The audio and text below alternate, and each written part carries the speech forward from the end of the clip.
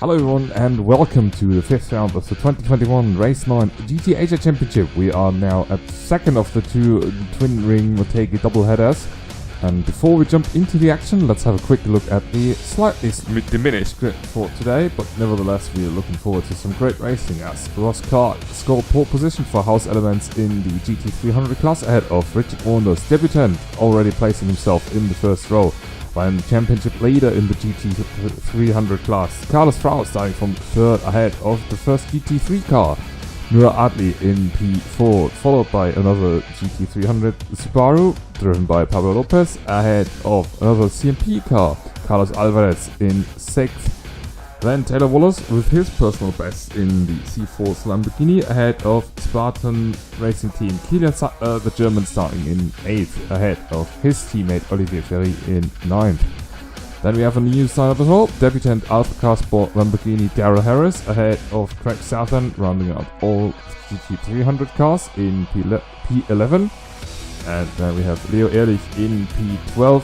Rounding out the grid, last but not least, is Moises Reyes in another CMP Corsa Audi R8 LMS. And that's the grid for today as we jump straight into the action for lap 2.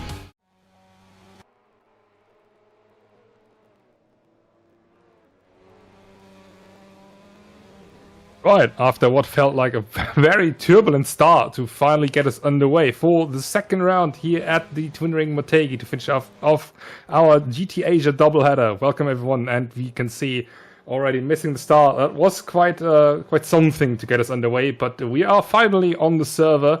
And yeah, my name is Stan Grimmer. I'm alone in the commentary booth for today, unfortunately without a partner, but that shouldn't hinder us in any way from having a good evening and getting on a good show. We are already in lap 2, as I said before. That's Ross Clark, you can see, who is in the lead. He's also been on pole in qualifying, and he is leading ahead of Carlos Frau and debutant Richard Wanders in third in the GT300 cars for today. For Full Commitment Racing is also making his debut. Then we have in the GT3 class Noor Adli, the Malaysian, who scored pole position very surprisingly, or at least to me surprisingly, but it's good to see him performing well for the first time around, ahead of Taylor Wallace, who's also been in a good performance, who's also given us a good performance so far. Was quite good in qualifying, but now is coming under pressure from Kilian Sattler, the German, right behind the infamous Lamborghini Huracan GT3 car ahead. And it's going to be a very exciting battle. Unfortunately, the top 6 GT3 drivers are not here today. Top 6 as in the standings in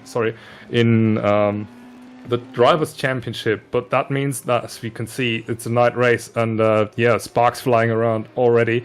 It's going to be a very, very good one to watch, and everyone else who is here from the GT3 field is going to try to score the maximum amount of points to catch up to Sven Gailhood in the championship. Pablo Lopez has a surprisingly bad start. He was starting in I think 4th, and he's now down to 7th, that is. As you can see, Carlos Frau putting in the fast lap, the leading GT300 champion. We'll switch back to them in a moment's time as we look on to Pablo Lopez, teammate of Carlos Frau, and we can see you move ahead. Carlos, was that ahead? Yes, Kilian Sattler was thinking about a move on to Taylor Wallace, the Canadian, ahead into turn 1, but he is very close now, and can see it's of course a long race, 42 laps to go, and we've all just managed to finish lap 2. So perhaps these guys don't want to get too eager, but there, surely Pablo Lopez, who's trying to catch up to Carlos Frau in the Drivers' Championship. Oh, these sparks flying. It looks so beautiful in Assetto Corsa. Trying to make up points, and surely doesn't want to be bothered with GT3 cars fighting ahead of him. But yeah, Kilian Sattler trying to set Taylor Wallace ahead of him under pressure. Let's see, as Leo Ehrlich already disconnected from the server. That's a shame, so no points for him. Of course, the top 15 in class score points. I'm gonna get back to that, who's in which class and what the class differences exactly are.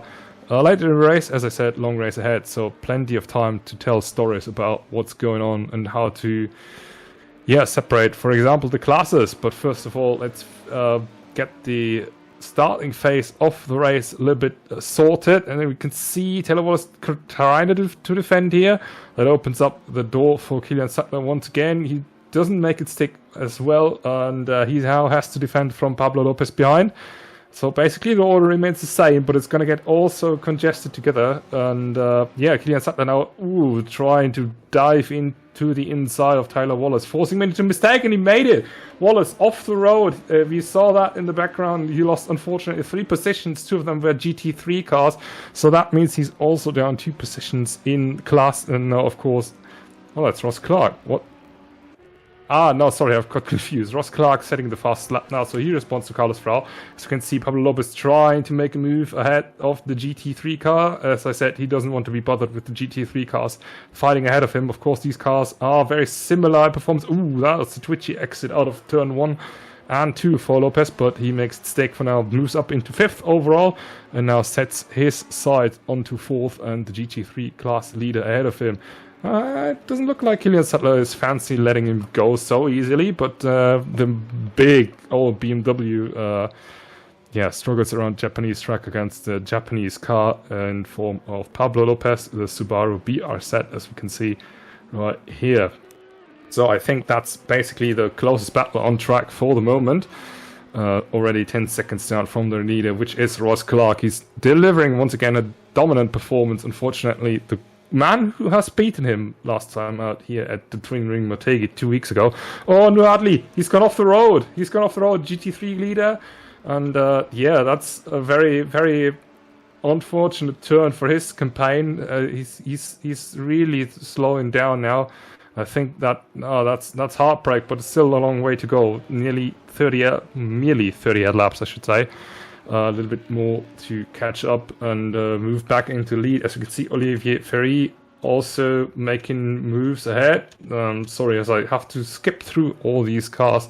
See what's going on. There's Carlos Alvarez in the CMP Corsa Audi, of course. Fortunately, he's trying to make a move onto Olivier Ferry, or is he trying to defend? That's gonna be a little bit hard to differentiate that in the night. But Ferry now making the switchback work.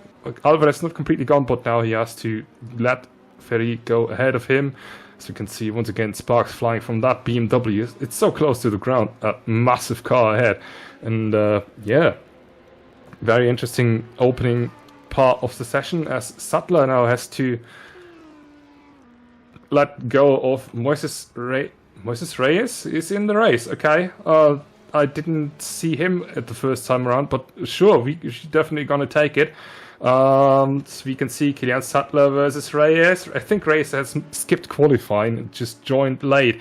It has been a very confusing few minutes for us, as we just were basically kicked from the server, and now Sattler has to let go for the moment. The man who's in 2nd in the Drivers' Championship, which is Moises Reyes in the GT3 class for CMP Corsa. CMP Corsa, of course, Spanish team, so basically all drivers are Spanish as well.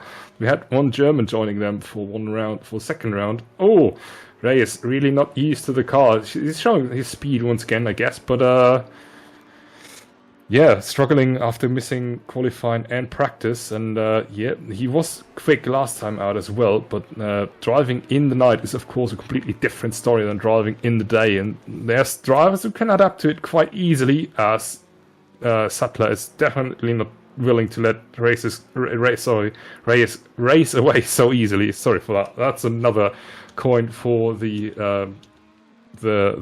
saying jar, I guess. As we saw further down into the field, Carlos Alvarez and Craig Southern battle. Craig Southern also here for the 2nd time.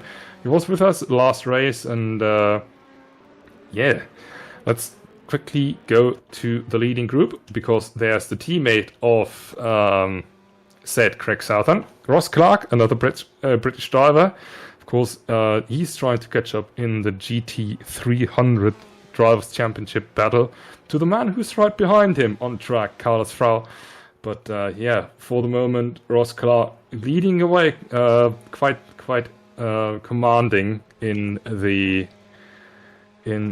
this race. And let's quickly adjust. It's a little bit difficult. Sorry, bear with me if I have some issues going on sometimes, because it's quite a tough job to do that alone. I just experienced that now. But yeah, right, here we go. Back to the racing action. Ross Clark still in first, as we see Carlos Frau trying to get under the rear wing of Ross Clark ahead, but fighting with a little bit, not that sharp weapons today, is he? Carlos Frau, of course, put in so dominant performances in the first two races, I should say. The third one was quite close.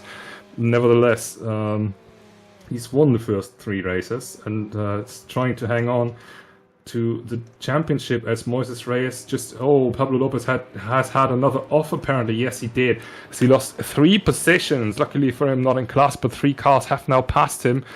One of them was his teammate, Moises Reyes, of course, different class, same team. So yeah, it's all a little bit chaotic perhaps, but I'll try to explain everything later on in the race. Right, I do have access to the chat now as well, so if you guys want to know anything, just ask me in the chat in Twitch, and further on I try to come back to them as soon as possible. Of course, racing in the night, to get that out of the way, is quite different. We can see it's the same track as the last time out. It was 2 weeks ago. Oh, Taylor Wallace, such a loose rear end on that Lamborghini, struggling with it so much. He had such a good qualifying, but then threw it away, unfortunately, due to a driving mistake, as Pablo Lopez just breezes past. And let's see if he can take us on board with a lap around Motegi Twin Ring. As I said, same track, but under the night you will experience that now. It is quite different, and if you didn't remember the track from the first time, you're surely going to have a hard time doing it this time by as well. Of course, the fight for P1, that is, in the class, in the GT3 class, rages on ahead. Kilian Sattler now with a bad exit out of turn 2. I think he locked it up into the corner already, and Moises Reyes now has a little bit of breathing space, but yeah, it's quite different, as I said, in the night, as we can see from Pablo Lopez's onboard. Now going under the oval, the only oval that there is remaining in Japan. Of course, Fuji Speedway was another one. But yeah, now out to the back part of the circuit. You can see it is quite dark, even if you have the floodlights on around the track. They are at pretty much every corner. Lopez once again struggling with the grip out of this turn and locking up into this turn as well. It's a quite tricky hairpin, but that aside, it is super dark, I have to say, and thank God I'm not racing here today, because I would have struggled a lot more than these guys around. So yeah, as I personally myself even lean into that corner, so yeah, it's not completely all racer instinct has gone, just because I went on commentating, but yeah, here we go, nice. And now back to the infield section, let's say, for the Twin Ring Motegi. Now once again underneath the oval, which goes above. And then it's just 3 more corners to go back on the finish straight, which is quite enlightened, but compared to everything else around this track, as we see, or as we saw, yeah, everything else around is quite dark. So that was the lap around the Twin Ring Motegi. You've been there now. And let's see what's going on. Let's quickly go through the whole grid. I think we haven't done that so far. So let's start from the beginning. Ross Clark, as I said before, is leading now by 4.1 seconds ahead of Carlos Frau, who's trying to catch up, or who has to catch up, who has to reel in Ross Clark ahead, but he's not really able to. Then we have debutant Richard Orners for Full Commitment Racing. John, if you're watching, that's your car going around. He's doing a good job in the GT300 class. The first 3 cars are GT300. Then we have the leading GT3 car in P4 with Moises Reyes, who is second in the championship and trying to score as many points as he can today. Then we have Kilian Sattler for Spartan Racing Team, who surely wanted to get a win out of this, and it's quite certainly still possible. Not even a quarter of the race has been done, and so he tries to stay as close to race as he can through the remainder of the race. Then we have Pablo Lopez, the next GT300 car, as Taylor Wallace, I think, just made another mistake. Yeah, he's dropping off quite massively. And is he gone? He's gone. DNF, that's another retiree already. That's a big shame. But yeah, that sorts out the grid even more. Sorry, as I struggle to find where I was left. Pablo Lopez now in 6th. He's remained in 6th, of course, not affected by the retirement of Wallace. Then we have another GT3 car, Olivier Ferry. I hope I said that name right. If I didn't, please PM me after the race. For Spartan Racing Team, next GT3 car that is. Then we have another GT3 car, Carlos Alvarez, teammate of the leading GT3 car at CP Corse. Then we have Craig Southern, who's racing the GT300 car, the last one on track for the moment. Oh, and as he's gone off, he let Nur Adli pass, the Malaysian, the sole Asian in GT Asia, which is quite ironic. But here we go. He was leading the, he was scoring pole in the GT3 class for today, but unfortunately lost his lead due to a driving mistake. And then we have another debutant for today, who is the Canadian Daryl Harris. Why did I say Daryl? I think that double R and followed by an I. That made quite sense to me, but is of course wrong. So he struggled on to adapt. Of course, making your debut in the night is quite something. And if you're not as experienced as Richard Wanders is in sim racing, he's basically not doing anything else in his free time anymore. You're gonna struggle a lot, and sure, it is a difficult one to start, but I'm quite sure he will improve through the remainder of the races. And we can see, Lopez once again fighting this time for position. Oh no, he has spun. Yeah, he has spun once again. So Lopez already dropping down the field once again. I think his chat is distracting him. He's streaming, of course, live on Twitch as well, as we do. And Lopez not making his day any better. He still has chances to score the Drivers' Championship in the GT300 class, but it's slipping away further and further and further with every mistake that he makes, unfortunately. So he's going to feel the pressure after the heartbreaking loss that he experienced around Suzuka. He's certainly not going to have a good time here as well. Is he heading for the pits? No, he didn't. It looked like it for a moment, but no, he's trying to keep it out of the grass, which he fails to do, but now has to do all the work to catch up to the guys ahead of him again. So 1:59, that's barely below the 2-minute mark and about 10 seconds slower than leading GT300 cars and leading cars in general are able to do. I think 1:50 was the fastest lap in qualifying, 1:58 or something like that. Of course, race pace is quite slower than that with the heavy fuel and different approach in general, trying to save tires, trying to carry them over the... both cars go off, in this case, Olivier Ferry and Kilian Sattler. You have to have a different approach, of course, in the race as in qualifying. But I have to say, Assetto Corsa looks absolutely astonishing in the night. I wonder why we haven't done that before, given by the fact that Pablo Lopez is spinning quite a lot in the night, apparently. I think we got one of the reasons for that. But with the light flares we can see and the sparks, it's quite something. I've never seen Assetto Corsa from this aspect, and quite happy that I can see it now. Something that I definitely dearly missed in all of my Assetto Corsa career so far. But let's see what's going on elsewhere in the field. I think there has been some field spread going on right now, and it's quite panned out so far. So you can see, let's see what the debutant is doing. Richard Wanders from the Netherlands. Basically now racing full-time for Full Commitment Racing. He's been stuck in some weird alternate dimension called iRacing for the last few months, but he is returning now, and he's delivering some good performance. Of course, not on par with the leading GT300 cars, but he qualified in second, so that means on the front row. And he'll be happy to do that again, I hope so, in 2 weeks' time at the Buriram circuit, which also goes under the name of Chang circuit in Thailand. As you can see, Pablo Lopez made some good ground. Nur Adli with a 53.8. I think that's the fastest. Oh, Richard Wanders goes off here as well. This corner is apparently very tricky. The exit of turn 2. Let's see if the car behind Moses Reyes makes it. He makes it quite fine. Let's see. Kilian Sattler also made it quite fine and quite nicely. That's good. 153.7 for Kilian Sattler in the last lap, and 153.1 for Moses Reyes. So he's finding his rhythm, as we just barely made it the quarter race mark in this race. That's what I meant to say. And it's gonna be a tough call for Kilian Sattler to reel back in Moses Reyes ahead, but I'm sure he's gonna try everything. Oh, once again, these sparks flying around here in Assetto Corsa, as I said, a backfire in the night. That looks all so perfect, but yeah, Sattler certainly trying. You can see how wide he went. That he's pushing hard and trying to keep in touch with Reyes ahead. Of course, that is for the win in the GT300 class.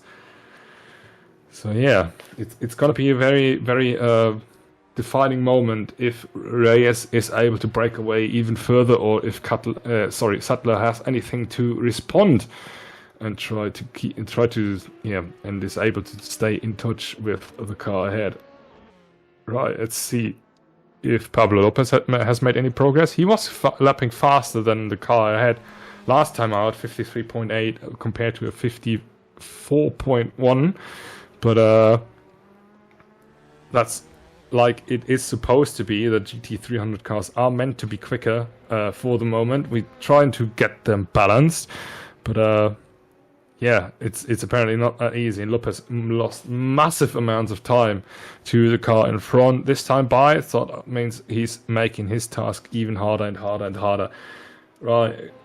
Carlos Alvarez 54.7 compared to Noah Adli 55.4, so he's lost time as well. It looks like the lap times are quite fluctuating, which is of course kind of explained by the night time, as I slightly have to move my setup. Sorry for any bad sounds that perhaps have come along with that, but yeah, here we go. Now I'm fully back into commenting perfectly. As you can see, Craig Southern hasn't turned his lights on. That's gonna make it very difficult for his opponents to spot him. I really hope there wasn't something happening to the guys around that retired that was related to Craig Southern missing his lights, but somebody should tell him that he should turn his lights on at some point in the future, because that would certainly help not only him but everyone else. Right, let's see who else is going on. And perhaps a move. Yeah, with that field spread going on, it is quite difficult to find a good sorry, I'm running out of English already, so yeah, bear with me. Streaming at that time is quite, for something who doesn't speak English as a native language, it's quite a task. I just learned that now, and that's why usually I'm just a co-commentator, but here we are. So we can see our car in the pits. Moises Reyes, of course, still leading the GT3 class, and Kilian Sattler trying to stay in touch, but look at that. Sattler more than half a second slower than the Audi ahead, and it's going to be a tough call. Right. Chat, give me some input. I see 3 people watching. One of them, of course, is us ourselves, but give me some input. If there's any questions, as I said, happily to answer them. And yeah, let's see what we can make of this. Right. Kilian Sattler once again was so wide in that corner. The BMW seemed to be carried out so much. Oh, Olivier Ferry nearly throwing the car away there. Let's see if Pablo Lopez is able to make it. Oh, he nearly went into the grass in the braking zone. Struggling so much. I think he got some damage on the hood, but I'm not entirely sure. Ferry, once again, the Belgian driver, so far out. They are all struggling apparently in the night time, which is of course setting us up for a good interesting race, but certainly not helping these guys. Oh, Ferry just totally lost the braking point. I think he lost the car balance, got a massive tank slap out of the previous corner, but now Lopez once again is with Ferry, and Ferry just says, hey man, you're faster than me at the moment, just go and leave me alone and leave me in my suffering. As we see here, oh, that's our car. That's not what I meant to do. But now that means we can see what Oscar has to do. 52.2. Let's see what Carlos Frau responds with. 52.6. That's not a response, but he's still hanging on, as we can see further down in the field. Pablo Lopez, as I said, made the move. He's now back into 6th. Of course, that's no position in any championship-worthy, noteworthy fight, because that's 2 different classes. And yeah, I think Olivier Ferry just recognized that Lopez is a bit faster than him, and just said, okay, leave me alone, my suffering, and let's see if I can take anything away from you. Meanwhile, Noah Adli is trying to limit the damage that he caused by throwing his car off in turn or lap 4, I think that was. And yeah, he's trying to catch up to Carlos Alvarez, another Spaniard. Ooh, who's run so wide, he's even into the gravel, and that gives the position away to Noah Adley, who's now back up into 8th. That makes it 1, 2, 3, 4th in class, and yeah, still not where he wanted to be after the pole position, but certainly a little bit of improvement, and you can see Olivier Ferry just ahead, and of course Pablo Lopez, who's been struggling for so long in the beginning of the race, that he certainly, Adley certainly doesn't have to throw it all away or give it up at this point. As I said, it is quite a long race, one of these 200-kilometer races that we have. Last time out was just 150 kilometers, and so that means we're going to drive even longer for today, which is something to take away and something to adapt to in the night. I cannot emphasize enough how stressful it is for some drivers in the night. I personally myself always struggled with driving in the night, as well as in real life, but it has been quite a task in sim racing. That means I luckily was luckily enough to be carried to the LMP2 win at Daytona. I think in 2020 was that? I'm not entirely sure anymore, but yeah, thanks to my teammate. I was driving night stint and it was absolutely horrible. Different game as well, so not Assetto Corsa, and it has been quite a task. But yeah, here we are, back to the racing action. As you can see, Nuati, oh, he nearly threw it away once again. It was so close. The Malaysian guy, he's so quick today, but he's kept on making these tiny mistakes, and that's certainly not going to help him over the course of the race. Of course, tire degradation is still a thing. Colder track temperatures mean that the tires also get a little bit of relief compared to the last time out. But yeah, every time you go into the gravel or even offline, you're going to hurt the tires, and that's certainly not going to help.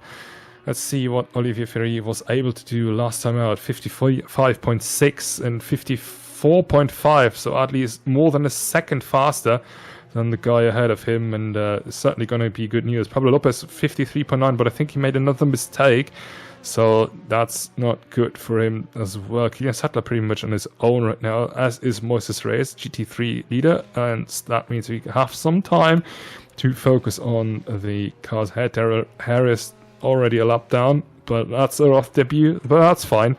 We saw pretty much everyone having a rough debut in this series when they joined mid-season, and continue to improve quite a lot over the course of the race. Darrell Harris giving a lot of space to Carlos Frau. That's absolute good sportsmanship. So even if he's a little bit slow on pace, he knows how to race, and that's good news for Carlos Frau, who's trying to stay in touch with Ross Clark ahead. But of course, Ross Clark, once again, so dominant in that Subaru BRZ R&D Sport 2012 model, as you can see in the description above. I just realized that, and yeah, he's definitely showing how to carry speed around that track in night time. As I said, Carlos just made up a little bit of ground as I speak about it, but Ross Clark, he has to try as much as he can to reel in Carlos Frau in the points standings. I think they are 43 points apart. Yeah, 43 points apart, Ross Clark and Carlos Frau. But with every win that Ross Clark gains, he's going to nibble away ever so slightly the lead that Carlos Frau has. Then again, Carlos Frau, if Pablo Lopez, who's in second in the GT300 class, if Pablo Lopez keeps on making these mistakes that he did in the opening stage of the race, Carlos Frau is going to run away with the championship even further compared to P2. Ross Clark only in P3. Right, enough babbling about GT300 and GT3 cars. Let's see what that actually means. Okay, so we basically have two different classes in this series. The GT300 class, which you see on screen right now, it is slightly faster. It only contains this car, the Subaru BRZ R&D Sport 2012. And they are set to be on par for 2021 when the series certainly returns. As you can see, lots of sparks flying. That looks so beautiful in Assetto Corsa. I really have to say that. It is absolutely blowing my mind at this point. Yeah, just makes me wonder what else I missed on Assetto Corsa. But anyways, GT300 class, slightly lighter than the GT3 cars in general. I think not all of them, but most of them, especially compared to the BMW. Also slightly more powerful. Carlos Alvarez made a move on Nur Adli, so he's regaining the position that he originally lost. Let's see what happened. I hope that was a pit. No, Nur Adli's into the grass, and he's really slowing down. He's not returning to the grass either. He just left the PC running. That's very odd. Looks like he abandoned the wheel and just, okay, said, yeah. Well, that would be quite an early retirement. If he continues on for another few laps, he would at least score points. He has to finish 50% of the race distance. But let's see what happens. He's braking out, and I think that's race over for our pole setter, which would be, yes, which is bad news for him, of course, but that means good news for everyone else who was behind him. Big shame that happened, but you never know what else is going on. We never know. We're trying to catch up to the retirees in a moment's time, but yeah. Well, he scored pole position, which is quite some improvement to being killed in turn 1 in his first race. Sorry about that. Still, that was definitely on me. Anyways, and yeah, not really getting warm with the track in round 2 of his appearance, but he scored pole position today. So let's see what he's able to do in the next few rounds. Anyways, I was stuck on explaining the GT300 cars. And then we got carried away by the retirement of Nur Adli. Right, this is another GT300 car. As I said, Subaru BRZ, slightly lighter, slightly more powerful, slightly more grip than the GT3 cars. They are set to be on par, but made into 2 different classes, as originally these cars were starting in one class, but it turned out it was better for the series in general to keep them separated. Of course, this is derived from the Super GT Championship that is run in Japan, and with the GT300 and GT500 cars. But that's perhaps a topic for another day. And yeah, where the GT3 cars and GT300 cars run together. So that's where the classes or the car selection for this series basically comes from. And GT300 is now its own class. It's not meant to be that way. But yeah, it is for now, and we're gonna stick with it and make the best out of it. Oh, Ross Clark has been slowing down slightly or losing ground to Carlos Frau for the last few laps. I just recognized that out of the corner of my eye, but it's been quite something. And this, I assume the tires are going off at Ross Clark's car. We're approaching halfway point after all, very soon. I think 3.5 more laps to go for the leading pair. And Ross Clark has been struggling a bit with tire management in the last round, and he seems to be this round as well, but I'm not going to make any assumptions unless I see certain proof of that. He's struggling so much, though, on power, and when he has to blow the power down. Let's see what comes of that in a moment's time. Right, let's switch to the GT3 cars, which are still around. Moses Reyes in one of them. He's leading the GT3 class. And there are quite some different amounts of cars in this class. As you can see, the Audi R8 LMS GT3 car, it's basically the SRO class. Kilian Sattler is one of them, who has been reeled in by Pablo Lopez, now right behind him in the GT300 car. Big old BMW M6 GT3, and Kilian Sattler, I think, just decides to let Lopez go. Yes, he does. So the same tactics as his teammate Olivier Ferry did earlier. And these cars are now not split by a CMP Corsa anymore on track. Right, we have another Audi, another BRZ Subaru, and then we have one of the few Lamborghini, one of the many Lamborghinis that's actually now in the series. One of them, sorry, I keep on messing his name. I'm gonna learn it, I promise, until the next race. Daryl Harris, the sole Lamborghini remaining on the track. Taylor Wallace was another one of them, and Leo Ehrlich has been one of them as well.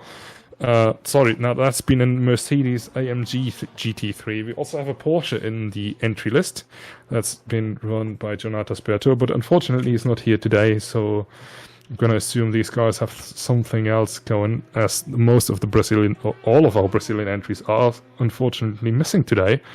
So perhaps some big old event in Brazil going on. Let's see.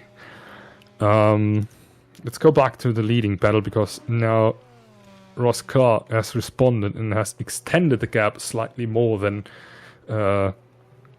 it was before, but he's not able to break away from Carlos Frau as easily as it was.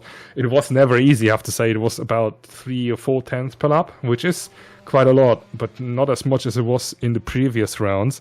And it looks like Ross Clark is struggling for the moment. He finished lap 19 and goes into lap 20.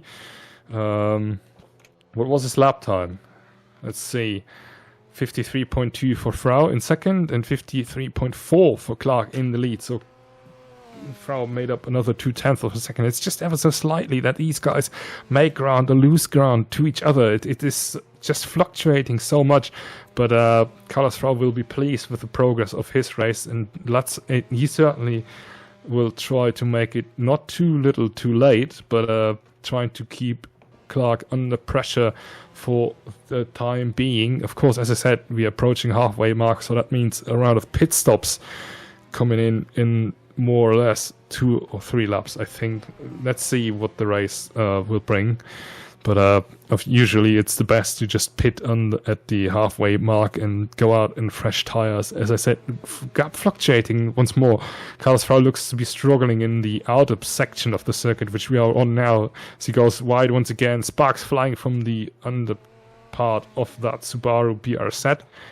And Nur Adli wrote in the chat, his fuel was gone. Oh, that's such a big shame. He has had such a good start to the race and was struggling on a little bit, unfortunately, but he definitely showed today that he's one to watch, consistently performing good lap times. And yeah, it happens. Sometimes you have to pay, sometimes you just be there, be quick and not make any profit from it, but you learn from it. And if Nur Adli is able to continue his performance, he's certainly going to have a good future. As Ross Clark goes into the pits now, see if Carlos Frau responds. No, he doesn't. He's going to stay out on track. So perhaps performing the overcut. Let's see. Ross Clark already giving up on his tires. That's earlier than I've expected, as we just hit the 20 lap mark, gone into lap 21 now.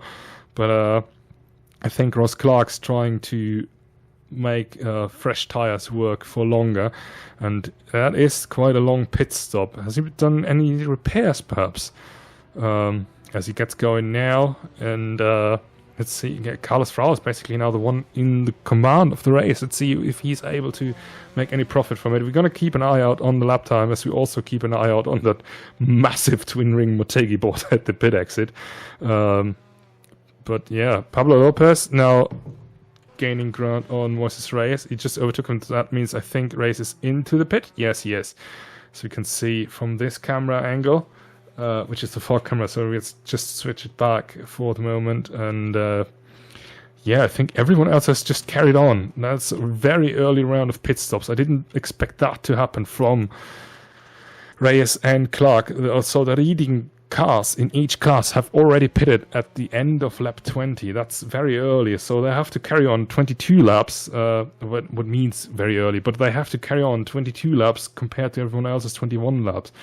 Not entirely sure if that's gonna bring some profit, but yeah.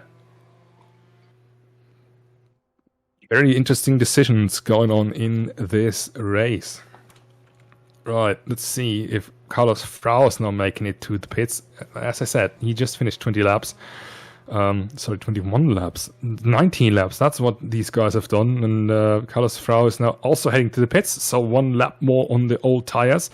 And now that's a very crucial pit stop for Carlos Frau, the Spainer, the leader in the GT300 class. And let's see where he comes out. It's just quickly switch to Ross Clark, who's now just coming down the alternate pit straight, which is for the national circuit. I think the Eastern circuit is called, but I'm not entirely sure. Sorry about that. Let's see. Richard Warner's, he messed up the pit exit, but he's never been in contention for the win. He's just trying to hold on to third overall and third in class. Carlos Frau keeps going. Here comes Ross Clark, and he goes into the lead quite a lot easier than I've expected. I think that's more than 4 seconds or 5.3 seconds it is in between them. So yeah, Carlos Frau definitely lost on that strategy, or perhaps has just had a worse pit entry.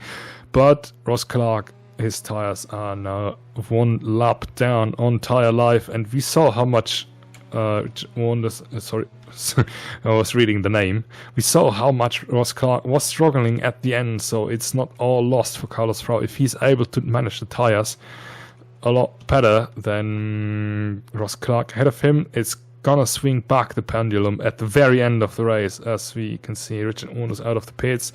Moses Ray is now back into second in class, as Kilian Sattler also made his pit stop. So did apparently Carlos Alvarez. Yes, indeed. Craig Southern already made his pit stop, and I'm not too sure about Daryl Harris, but I think he's stayed out for the moment. But yeah, very interesting strategy choices going on at the very front end of the field, and after reaching the halfway point, it's all still wide open. So yeah, that's good news for me, as otherwise I would have fallen asleep at this point. But yeah, very, very interesting things going on. That's good to commentate as well. Let's say I think Pablo Lopez is the next one in for the pit stop. He hasn't made it so far, and let's see, I think he should come out behind Richard Warners. Of course, Richard Warners is the one he fights in for class possession. So all the cars in between these guys, in fact Olivier Ferry, Lopez once again playing the card, I stay out as long as I can and then see what I can do at the end of the race. He's always doing that, and ever since, I think, as you can see, Craig Southern just exited the pit, so he made it his pit stop, I think. And that was Darrell Harris giving way or coming out of the pits. I'm not entirely sure. I think he just came out of the pits most likely. And let's see, Olivier Ferry must be into the pits. Yes, he is. So that's the grid already getting sorted in the GT3 class. Moises Reyes will easily pass him at this moment, and Olivier Ferry, wrong direction once again, will lose the position to his teammate again. I think that's all GT3 classes already, class cars already into the pits. That is correct. And Olivier Ferry, now let's see where he comes out. I think he should come out ahead of Carlos Alvarez, who's just... Where is he? Is that the alternate pit lane? Yes, it is. The East Circuit pit lane. So Olivier Ferry back on track in third. And he's trying to... Oh, that's interesting. Carlos Alvarez, that was the main pit straight. I'm sorry. So that's not too much of a difference. 4 seconds in between Ferry and Alvarez.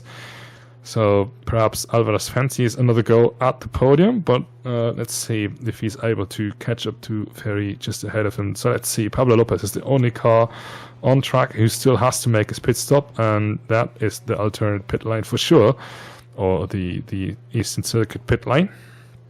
So he's not coming in for now. Let's see. He has to basically what he learned from his Suzuka loss, where his tires went down the last 2 laps.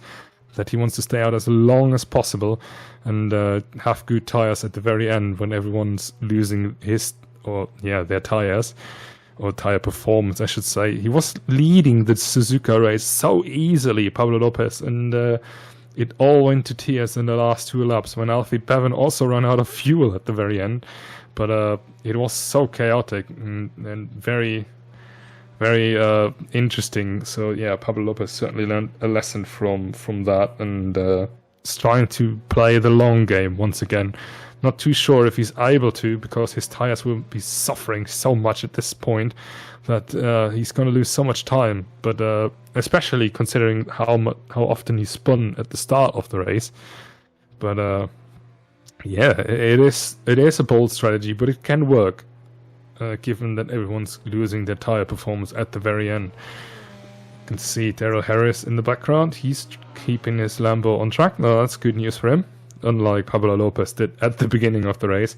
But I'm sure that gave him the right amount of aggression, apparently, that he needs. And no news the only NDV. That's Nick de Villiers. He's not racing today. Yeah, shame that you couldn't be here. Absolutely right. But next time out, you will be. And as you said, Ross Clark looks to be... He's doing well. Yeah, but it is quite interesting. Carlos Frau has made up another 1 second or 2 seconds from the pit stop. So Carlos Frau is definitely putting pressure onto Clark, who's now apparently, trying to hang on for the moment. See if Pablo Lopez makes it to the pits this time, and then we go back to the leading pair in the GT300 class, and of course overall. Pablo Lopez going into the pits now, so he decides to bail out of his... Oh, that's nearly a spin, nearly commentator's curse applying to him once again. I'm trying to spare everyone from commentator's curse, but it's sometimes not as easy. You have some thought experiments in your head, and you just tell them straight ahead, and then you realize, oops, I shouldn't have done that, because every single time you do, the driver just does that, what you had in mind, and almost in the most of the cases, it's no good at all.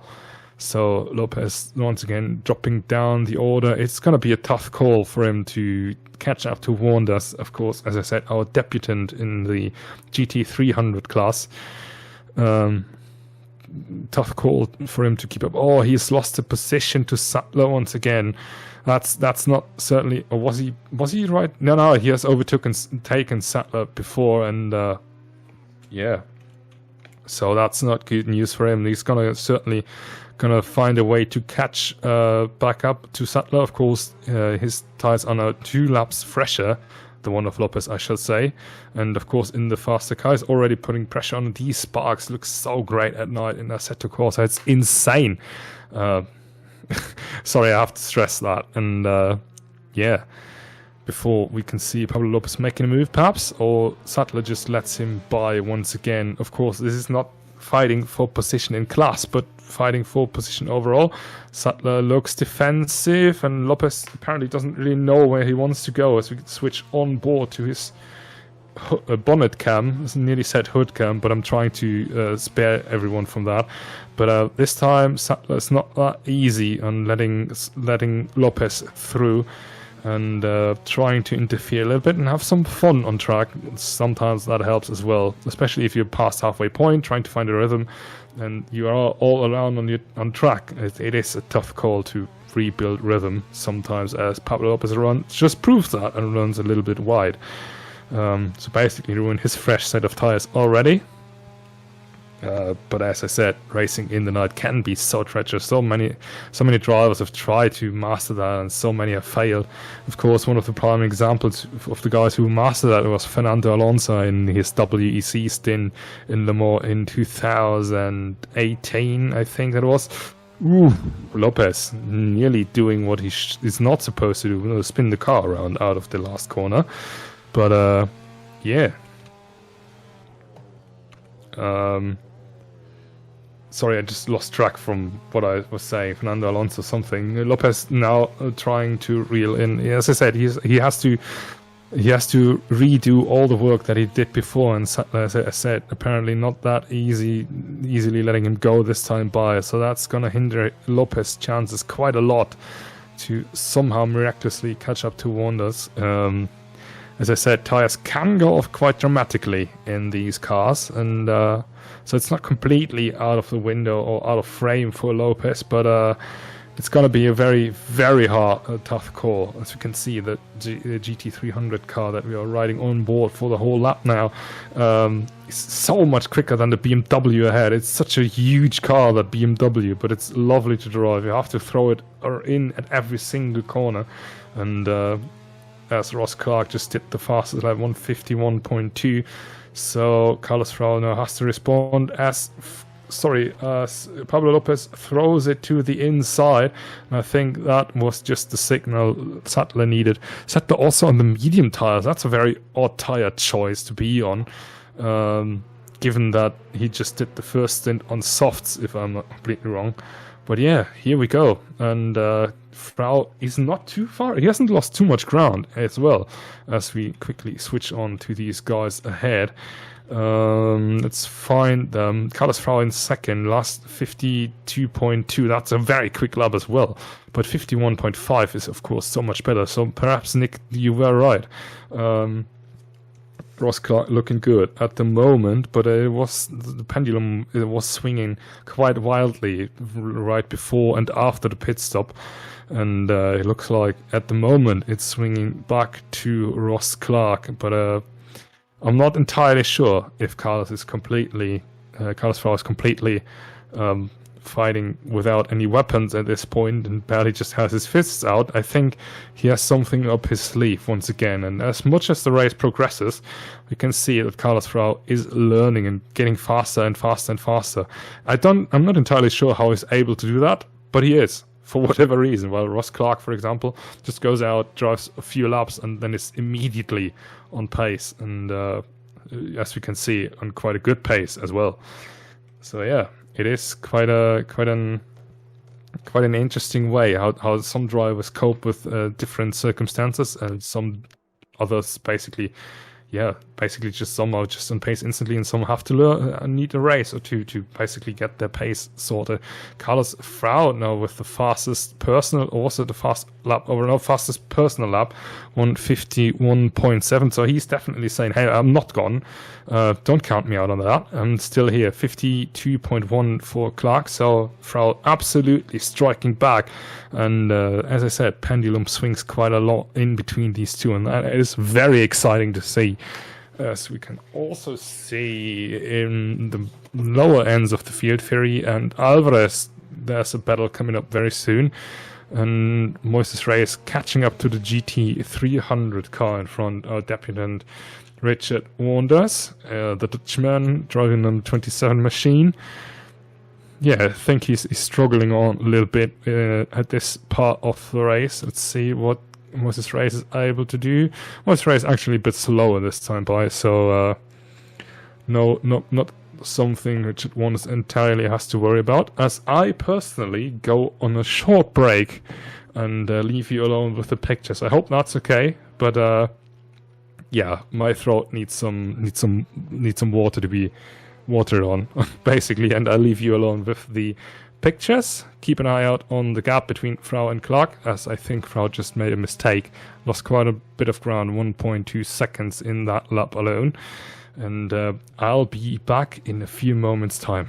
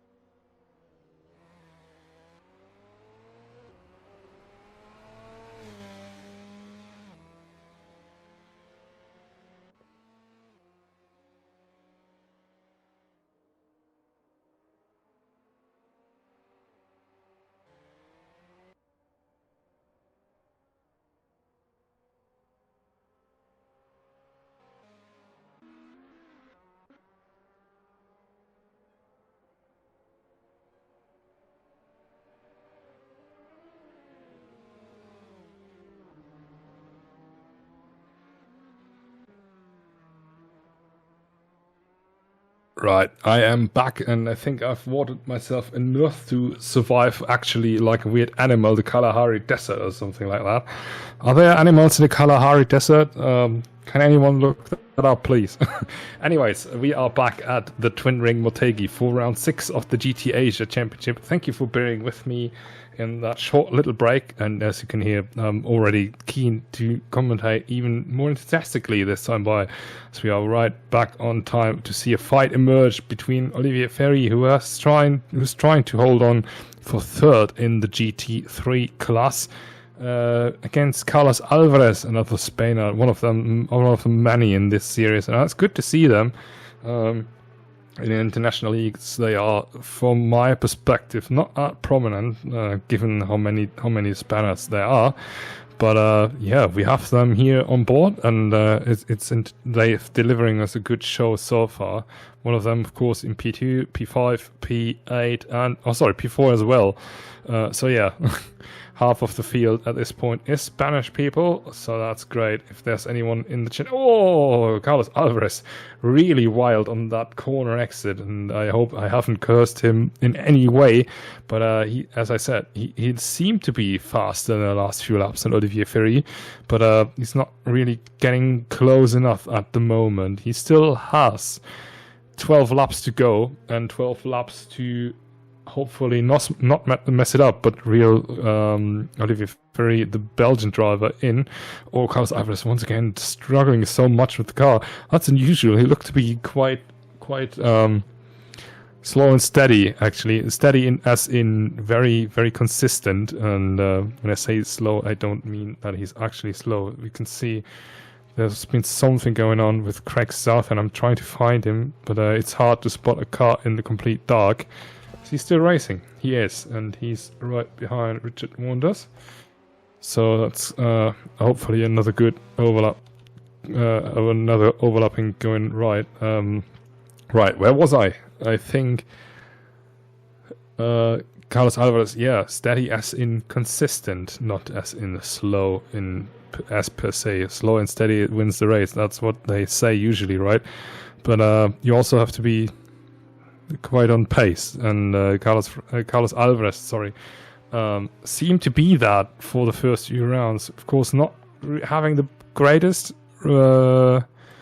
performance in terms of results. He finished in, where is he in the list? 6th, 5th, 9th, and 7th, but he's trying to get onto the podium this time by, and it's right ahead of him, as we can see from this camera perspective.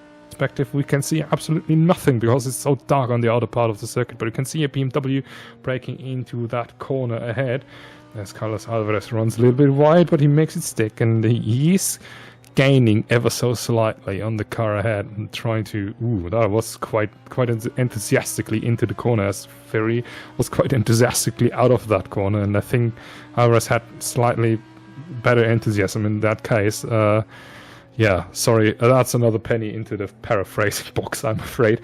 But anyways, Carlos Alvarez keen to get onto the podium for the first time in the GT3 class. As I said before, unfortunately, the top 6 drivers, with the exception of Moises Reyes, not here in the GT3 class today, which is very unfortunate, but yeah. Ferry once again so wide, and that opens up the door for Alvarez. He's already was thinking about a move and checking out if he had to run, but he hasn't. He has to go back once again, and Ferry now running so wide. Has he let him pass? No, he hasn't. That is for podium, Olivier. Just wake up and fight for it. But Carlos Alvarez now moves through in that very tight and twitchy. Have they had contact? Because the sparks were flying there in the middle of the track. This area unusual. But I think Carlos Alvarez has the position for now, but I think also Olivier Ferry has just realized what has happened and that he has to keep on the pressure on the Audi ahead.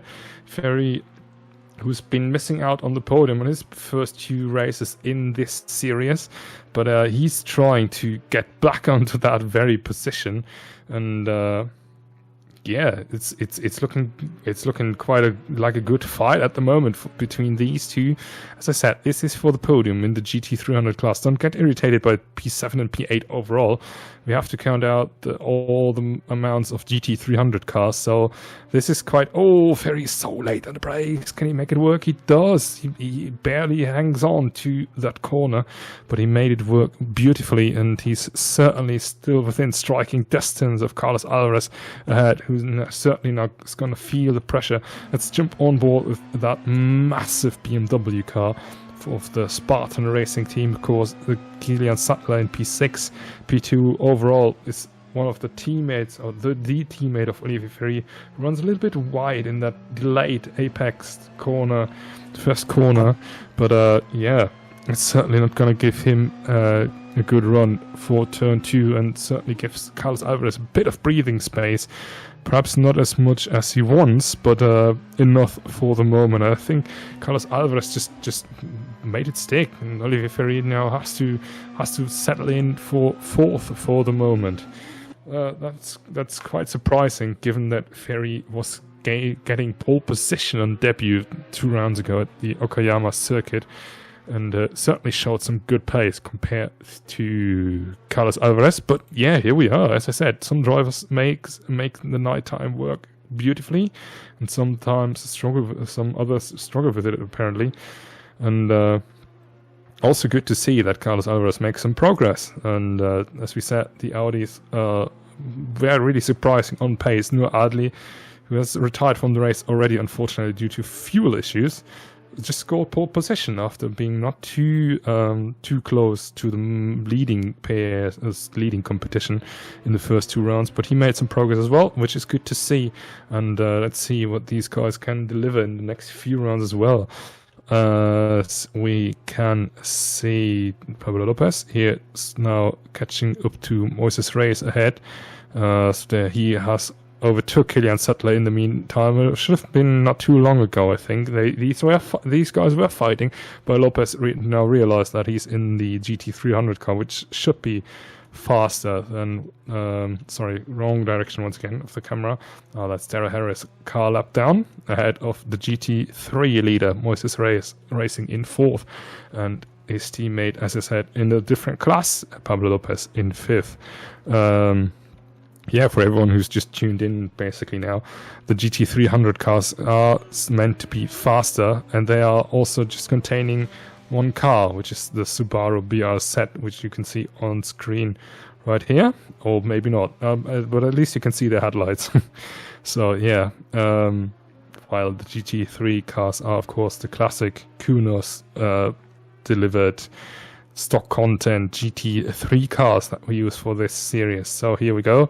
Pablo Lopez once again trying to make the last corner before the penultimate corner, I should say, before the Eastern Circuit pit straight, I should say, or start-finish straight work, as he sees his teammate in the different class and the overall leader ahead. Of course, you never want to be beaten by the slower class, or supposed to be slower class. Of course, Moises Reyes makes that work quite beautifully. He's not for no reason in 2nd in the GT3 class. Leader in the GT3 class, Sven Gaylord, usually makes the BMW work so well that he's within striking distance of the GT300 cars, or at least not too far off them. And more often than once just interfered with some of them more than they wanted to. But yeah, of course, driver's pace can make quite some differences. Everyone just locks up into turn 1. Darrell Harris, car lap down just ahead of this queue we're watching on. Then Moises Reyes and Pablo Lopez. Let's see further up and down in the field. Carlos Frau has maintained the gap to Ross Carr pretty nicely. Lost a little bit of ground, but as I said, it was quite fluctuant between these two, the gap. And Lopez now flashing the car ahead. I think he meant Reyes, but Reyes just straight on ignored him. That is for position overall. And these guys are teammates. Here we go. Reyes just realized and said, okay, you can have that for now. I'm gonna stick with the GT3 win and finish in 5th. That's okay. And as I said, teammates, they certainly know how to handle these situations. And yeah, here we go. Finally, Lopez has cleared all GT3 cars. It took him 34 laps, but he's made a nice job after struggling for so long in the early stages of the race. And he's settled into this rhythm and doing whatever is needed to actually turn in some good results. And also the gap has come down quite a lot in between Warners and Lopez. So Richard Warners, debutant, as I said, I cannot stress it enough, he's delivered a good job so far. Sorry, once again, wrong direction. Here we go, Richard Warners, Dutchman, in his first race. He qualified the car on the front row in P2, but ever since then has struggled on to maintain his speed, 54.8, while the top guys, I think the fastest lap is still the 51.5 posted by... Ooh, that was another big slide out of turn 1 for Richard Warners, and he's certainly trying to hang on for P3 in class and overall in the remaining 8 laps, 8 and a bit, 7 and a bit, I should say. Oh, as I say it, Richard Warners goes off so wide at the exit of turn 2. That has been such a tricky corner this time in this race, and we've seen so many drivers go off massively there. But now it's catching out even the top guys, the podium guys, apparently. And yeah, Richard Warners, as I said, is more of an expert when it comes to iRacing in general, but he has quite some history in this community as well, quite some good history, I should say, and knows how to deliver good performances overall. He has won, not for no reason, the Daytona 250 at the beginning of the year. Oh, was it Daytona 200? I'm not entirely sure anymore, I'm sorry, but he has won that race in quite good fashion. And is now looking onward for another podium on debut for Full Commitment Racing. Usually it is the saying, the first race Full Commitment Racing enters, they always win it. But not today, apparently, as it was now 53 seconds down. But yeah, it's still a good performance from him, and certainly nothing to be ashamed of. Right, that was my last drink for today, unfortunately. As we now see what comes of the final 7 laps of this race, as the leaders have passed the 35 laps mark. Yeah, here we go. Slightly confused by the overlay once again. 52.7 for Ross Clark in the last lap compared to 52.6. So not too much in between Clark and Frau. As you can see, you see basically nothing but black. So that's also what the driver sees. We can jump on board with Ross Clark for another lap when he finishes this one, I assume. But I think that's going to be a good lap once again for Ross Clark. As I said, he's not too consistent today, which is unfortunate. But sometimes it happens, and yeah, it is very interesting to see the leading fight going on. Let's go on board with Ross Clark for a full lap so you can enjoy the beauty of the twin ring Motegi as we have experienced it at the daytime in round 5, in round 5 that is, and in round 6, which we see right now in the nighttime. Very tricky first turn, delayed apex into the first part, and then very tricky on the exit as well. And then it's basically into the night. You can see nothing until you arrive at the braking point for turn 2, which is a tight corner which widens up after another delayed apex. Quite a lot. Ooh, that was a massive drift from Ross Clark. Power through the corner, and something Tokyo Drift would be proud of. Fast and Furious, of course. Then into another very tight corner underneath the famous oval where Danica Patrick has won her race on, a sole IndyCar win. Then we go into the outer part of the circuit, which is so technical. You have to be fully aware of what the car is doing, and it looks like Ross Clark is making that work very nicely. Ooh, a little bit too wide out of that corner. That happens sometimes for some drivers. We saw that, or what I meant to say is we saw that from so many. Ross Clark now not taking the full exit. That was a weird line out of that corner, I gotta say. then into another hairpin. Motegi basically contains a lot of slow corners where you have to hammer down the power out of the corners and make it work finally. Great, here we are on the alternate pit straight. Don't get confused by that. That is the pit straight for the Eastern Circuit, which is called, or like that. Then down into another tight 90-degree corner. That's one of the heaviest braking points ever I've seen in Assetto Corsa. Underneath the oval once again, and then 2 super fast corners into the final chicane. Here we are, and out of the corner, power down nice and early as we heard it, and Ross Clark making that absolutely work perfectly. And that was a lap around Twin Ring Motegi. It's 53.0. That's not the fastest lap. As you can see, Daryl Harris coming out of the pits. I think he just made another safety pit stop for tire wear, or perhaps he just wants to have some fun on the old tire set. 53.2 for Carlos Frau. So he's not too fast either. I think tires already have reached their best point and have gone quite a lot over it at this point in the race. Of course, all of them are on soft tires, which is ever so slightly so tricky. But to hang on with these tires, that's what I meant. But yeah, it is quite something to keep in mind, tire management. Right, let's see, have we any news on the other retirees? Unfortunately not. So we are going into the final stages of this race, in the closing stages. A little bit more than 4.5 laps to go for Ross Clark and Carlos Frau, of course, who has always been underneath, not too far away from Pablo Lopez. 51.7. He's now really coming alive and trying to catch up to Richard Wanders, but I'm afraid that's a little bit, too little, too late. Ross Clark missing up that apex and the corner exit. That's not good news for him, but I think he can get away with that quite easily compared to Carlos Frau, who's just made up a whole second based on that error. So Ross Clark shouldn't do that too often, but for the moment he's still easily safe and trying to hang on to P1. Slightly weird line out of that corner as well, but he makes it stick and lives on for another day. 38 laps now completed. As soon as he crosses the line, that means we have 4 laps to go for the leading duo, and everyone else behind them is trying to hang on, as apparently I have entered Rome, judged by the sound out of the window. In case you haven't been to Rome before, there's quite a lot of motorbikes. Anyways, Richard Wanders with trying to hang on to... Oh, Lopez!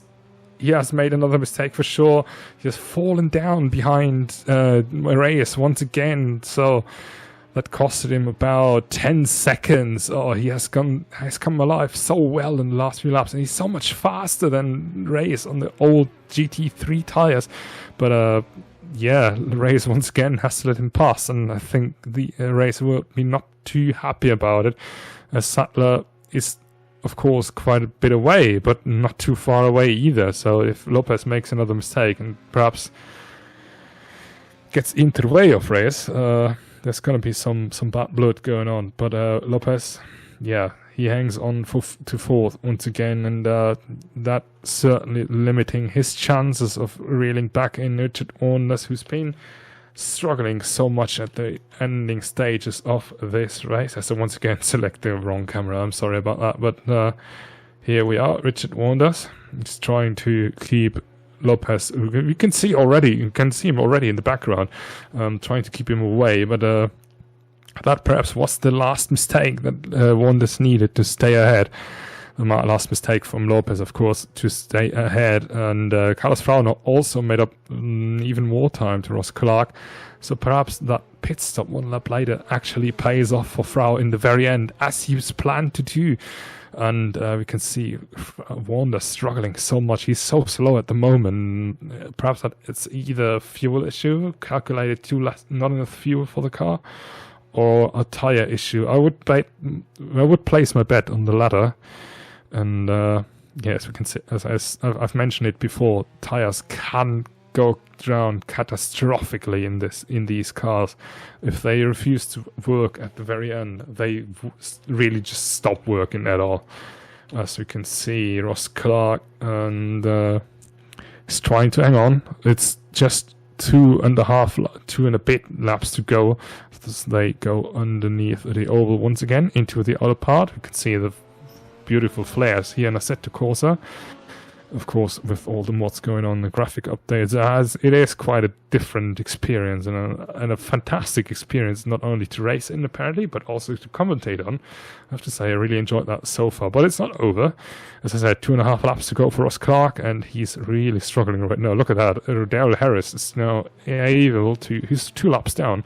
Is now able to stay within these 2 guys and do so apparently quite easily. So yeah, that is quite something to acknowledge, and shows how much the tires are struggling at the very end of the race. Richard warned us. Oh, he has lost so much time. Kilian Sattler into the pits. Has he gone into the pits really? That late in the race? That was to be a safety stop. Where is he? Oh yeah, he's into the pits. No, that's catastrophic failure for him. He's going to lose a position to Carlos Alvarez and his teammate as well. Kilian Sattler, with 2 laps to go, goes into the pits, and he certainly have a hard time going back at these guys ahead. Olivier Ferry and Carlos Alvarez just still fight on for what is now P2 in class with the pit stop of Kilian Sattler. But let's see where the leading pair is, because that's where the fight was basically on for the last few laps. 53.2 for Ross Clark. That's a not good lap time. 53.3 for Carlos Rau, but I think that means unless Ross Clark, makes a huge mistake, I think that's pretty much settled.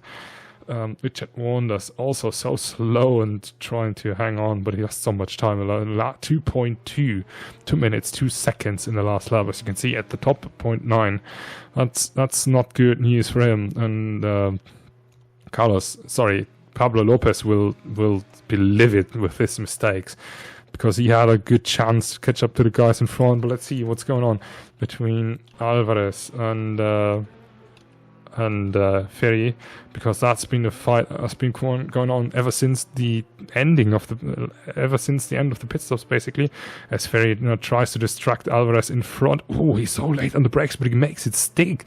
That's impressive braking from Ferry, the Belgian driver, who's not trying to get back into P2 in the class, and that certainly is going to be a good result, perhaps a breakthrough result for him as well, as Alvarez goes all the way to the inside to defend. Let's see if Ferry is able to brake later. No, he's not. And Alvarez hangs on, but can Ferry make the switch back? No, he can't.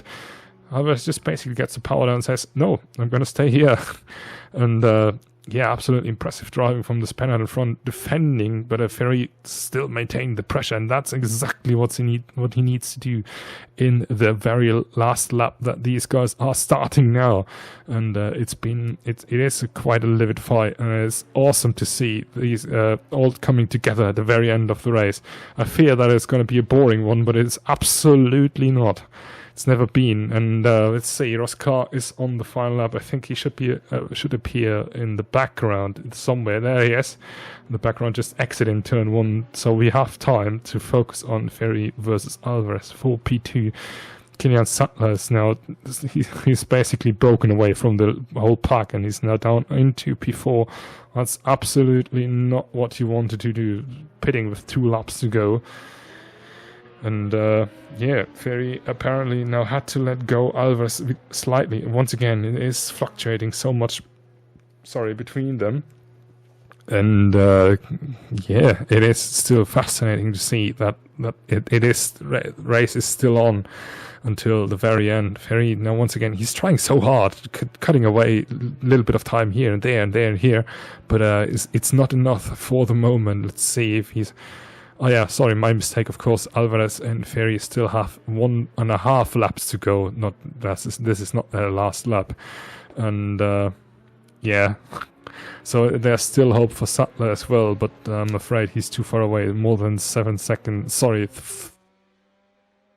3 seconds down his teammate, and that's certainly his podium chances ruined for the moment as Ferry once again flashes his lights. And let's quickly switch to the leader. Here we are, Ross Clark, as he enters the last few corners of the track to carry home another win in the House Elements Racing team, which started off a century, but that doesn't mean they lasted a century. Ross Clark, however, lasts on P1 for pretty much the whole race as he exits the last corner, goes on to celebrate a not commanding, but very decent victory here in GT Asia. Once again, congratulations to him. Carlos Frau finished in second. We just missed that because of the camera. Once again, going a little bit wild.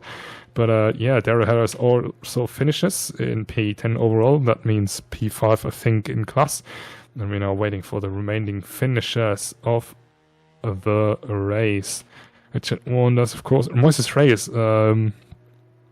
yeah, he definitely, Pablo Lopez once again has fallen behind Moises Reyes. So yeah, Richard Wanders should definitely hang on for third overall and third in class on debut. So good performance from him as well.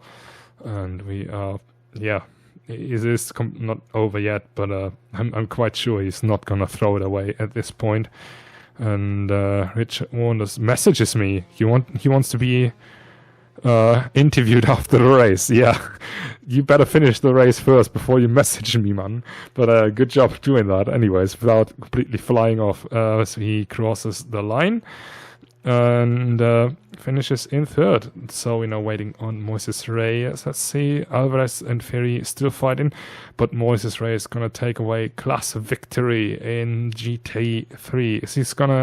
He's gonna let Pablo Lopez through once again. It doesn't make much of a difference, but leaves a little bit of pride for Lopez. And Lopez actually refuses to take it, but he does it in the end. Reyes finishes GT3, so congratulations to him. Craig Southern finishes as well. Let's see what the other CMP guys are doing. Carlos Alvarez, oh, look at that.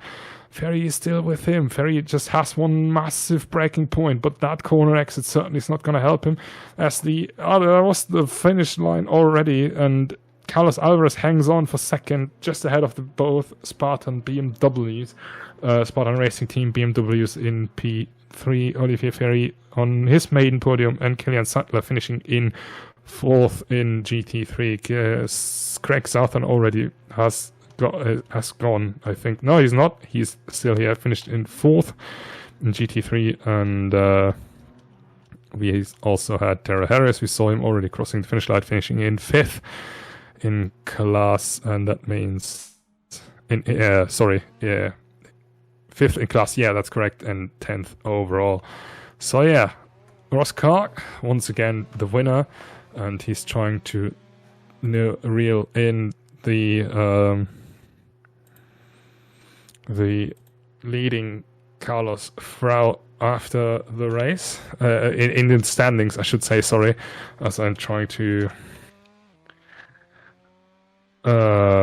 get some people on for the interviews. It's, of course, a little bit more difficult if you have to commentate alone. But I think we did a good job hanging on for the moment. So you can see Ross Clark celebrating. He's going into the wall. That's exactly what he's not supposed to do. And his team will certainly tell him, dude, stop. Which he did. And let's see if these guys are up. Otherwise, we're just going to end it here. Sorry, Richard, I know you want to be interviewed. But we just do the winners in GT Asia, the class winners, as Ross Clark celebrates with some donuts, and I don't think he saw the message.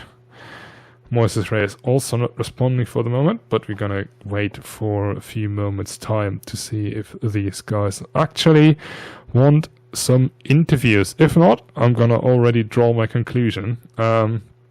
Carlos Frau hung on for a good race, but it was in the end Ross Clark once again with a good drive. I have to say, winning the race, and fully deserves to do some celebratory donuts in the end. It was a good performance for him as well as it was for Moises Reyes to skip qualifying and basically win the GT3 class. That's actually insane that he just did that, but still, and by quite some margin as well. But yeah, congrats to these guys. Congrats to all podium finishers. Congrats to everyone who finished the race as well. And yeah, big shame for the guys who have retired, especially New Adli, but I think we're gonna see them out next time.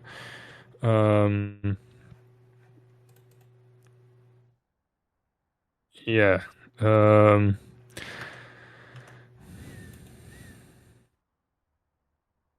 Sorry. They gonna show another good race next time. Bye. And the good performance next time. Bye. Sorry. And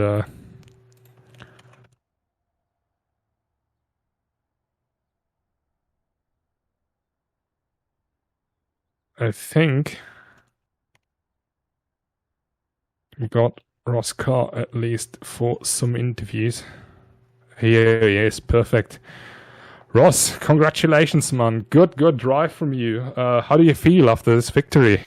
Knackered. That was like driving on ice. Driving on ice. Okay. Again, man. Both races, just tires disintegrate. But it has been quite some fight this time by for you compared to, for example, Suzuka. They had such a commanding drive, and Motegi Okayama as well. Yeah. Was your approach any different today, or have you ever lost, or have you ever felt the fear to lose the victory? So I could see Carlos behind me the entire race, so I was just kind of trying to balance the distance he was away to the like tire wear, but in the end, I couldn't save enough tires anyway. So. Okay, so basically, you just took away my third question. It's quickly gonna think of another. Next race is not in Japan anymore, in Buriram, Thailand. Do you know the track? No. So it's gonna be a new one for me. Oh, okay, very interesting. But that's cool. So you're gonna practice quite a lot, and then try to once again nibble away ever so slight bits of the lead that Carlos has.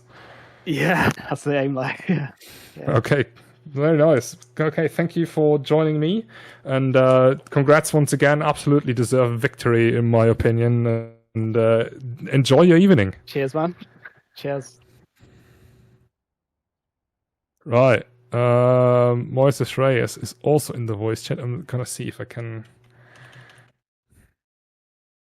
That was, sorry, by the way, that was Ross Clark, the winner of today's race. And he was just stating a little bit of his race, giving us a little bit inside of his race that he had.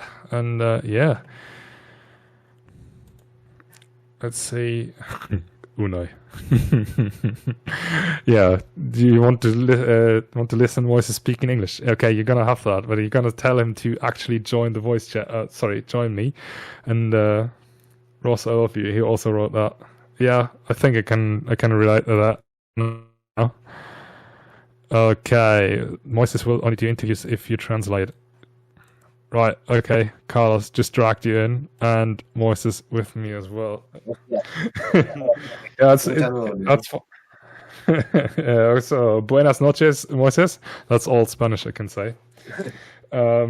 Congratulations, it was a good drive from you as well. Have you missed? I personally just missed that. Have you skipped qualifying? Felicidades, muy buena carrera. Y una pregunta, si te has perdido la clasificación. Sí, me he perdido la clasificación porque me he enterado que había carrera 10 minutos antes. Basically, he didn't know that he had a race 10 minutes before, so as I told him, and he jumped into the server. That's amazing, thinking of it. Still that makes it just more impressive. Yeah, have you ever felt the chance that you perhaps not win it during the race? ¿En algún momento has sentido que ibas a perder la carrera o no ganarla? Al principio me ha costado mucho con Kilian porque iba muy rápido, pero en el momento que ha tenido problemas me he podido escapar. Así que contento. His main objective at the first part of the race was Kilian Sadler because he was really fast, but at the end he managed to overtake him, and Kilian mistakes made him drop. Okay. Oh, thank you. Last question.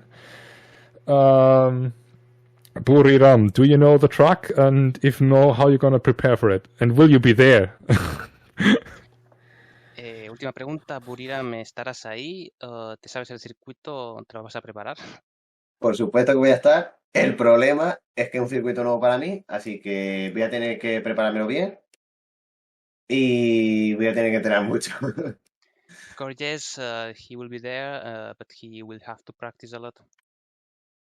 All right. Muchas gracias, Moises.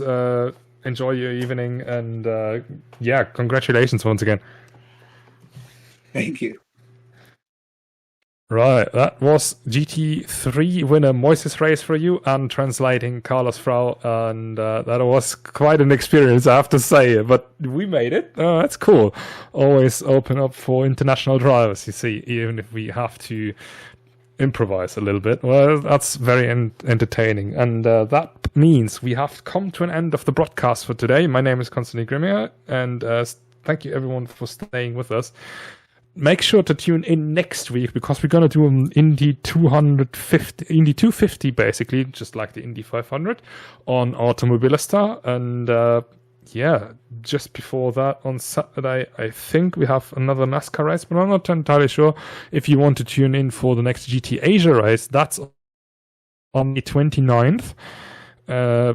Once again, as we said before, at the Buriram circuit. And thank you everyone for tuning in. And until next time, goodbye.